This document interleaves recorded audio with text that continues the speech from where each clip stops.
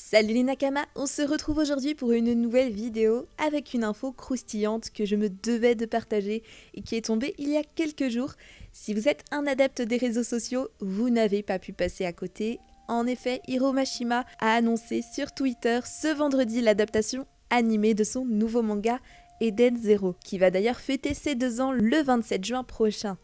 Le Weekly Shonen Magazine a par la suite confirmé cette information et a garni son contenu de pages couleurs et d'une couverture 100% Eden Zero qui rappelle pas mal la couverture du début du manga. Pour ceux qui aiment les formes de jolies filles, vous êtes servis les gars. Personnellement, la page couleur que je préfère, c'est celle des 4 étoiles brillantes. Et j'attends vos avis sur votre étoile brillante préférée. J'ai un gros coup de cœur personnellement sur Witch et Hermit. Je l'ai surtout Witch, désolé, mais Team Witch. Donc nous avons bien une confirmation que l'animé arrivera et Hiro Mashima nous a teasé sur de potentielles infos qui pourraient tomber les prochains jours, peut-être les prochaines semaines. Restons connectés pour ne pas louper ça. Je m'attends en premier lieu à une date avant d'avoir un studio, c'est quand même important qu'on puisse se faire une idée de l'attente colossale qu'on va devoir supporter, n'est-ce pas ?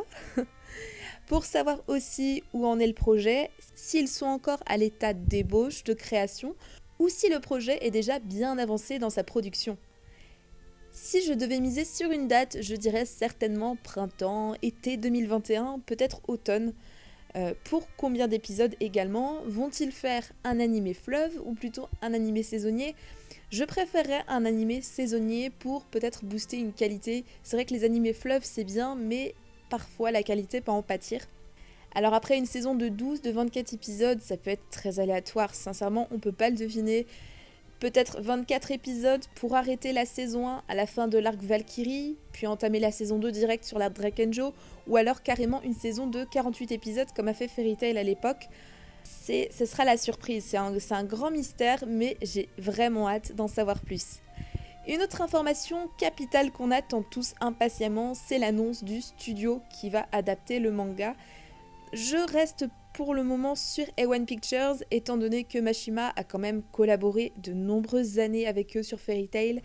Si ça s'est bien passé, il n'y a pas de raison qu'ils ne reprennent pas le projet Eden Zero.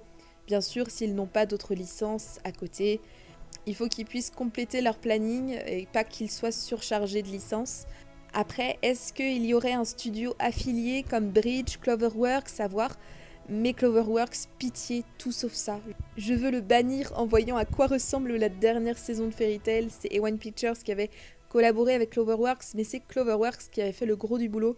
Donc j'espère sincèrement que Cloverworks ne reprend pas le projet Eden Zero, ce serait une catastrophe. Est-ce qu'un studio du style Bones pourrait reprendre le projet ? Bones, je trouve que c'est aussi un bon studio qui pourrait faire du bon taf. Après, faut pas commencer à rêver sur des choses qui ont très peu de chances d'arriver. Je vois certaines personnes saliver sur un studio du style Wit Studio, Madhouse ou encore Ufotable. Ce sont des studios très prestigieux qui font du très propre et on rêverait tous d'avoir Eden Zero adapté par l'un de ces studios. Mais il faut pas s'emballer parce qu'il y a très peu de chances que cela arrive. Je n'y crois pas un seul instant, autant se résigner plutôt tout de suite et avoir une bonne surprise si jamais c'est annoncé. Je pense qu'on peut oublier également Pierrot et la Toei.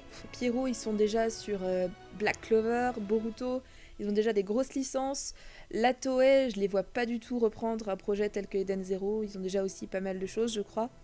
Alors au final, je reste sur A1 Pictures qui peut faire du très bon boulot quand il prend son temps. Il suffit de regarder Sword Art Online. Ils peuvent faire vraiment du bon taf. Il faut pas tout mettre sur le dos de la dernière saison de Fairy Tail. Faut pas oublier que la dernière saison de Fairy Tail, c'était une collaboration. Donc A1 Pictures seul peut faire du très très bon boulot. Après, pour Eden Zero, ça peut être aussi un nouveau studio peu connu. Au final, je connais pas non plus des masses de studios, je connais vraiment les principaux.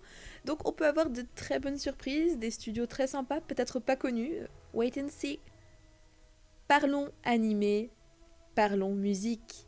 Eden Zero aura besoin d'un compositeur pour nous faire ressentir des émotions fortes et pour ma part, Yasuharu Takanashi reste la référence. C'est mon compositeur favori, que ce soit dans Naruto Shippuden ou Fairy Tail. Il a toujours réussi à m'émouvoir jusqu'aux larmes, donc je le veux dans Eden Zero, je le veux dans mon équipe.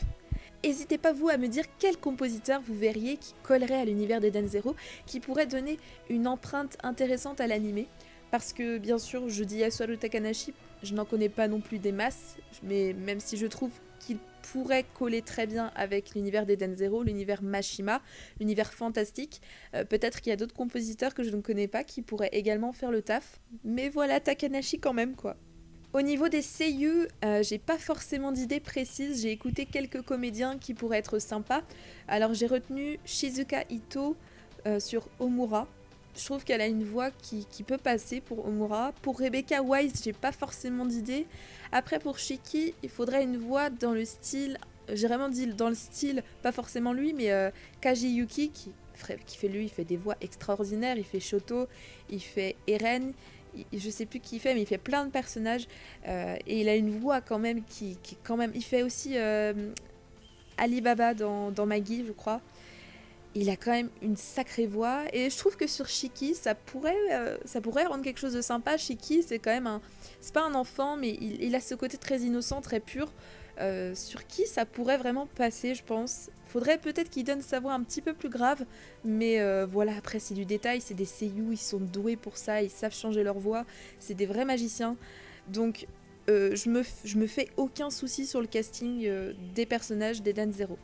Après, c'est hors de question d'avoir par exemple Tetsuya Kakihara, Aya Hirano et tous les autres comédiens de Fairy Tail sur Eden Zero. Fairy Tail, c'est Fairy Tail, Eden Zero, c'est Eden Zero. On va pas écouter Natsu sur Shiki, ça serait n'importe quoi, on est d'accord.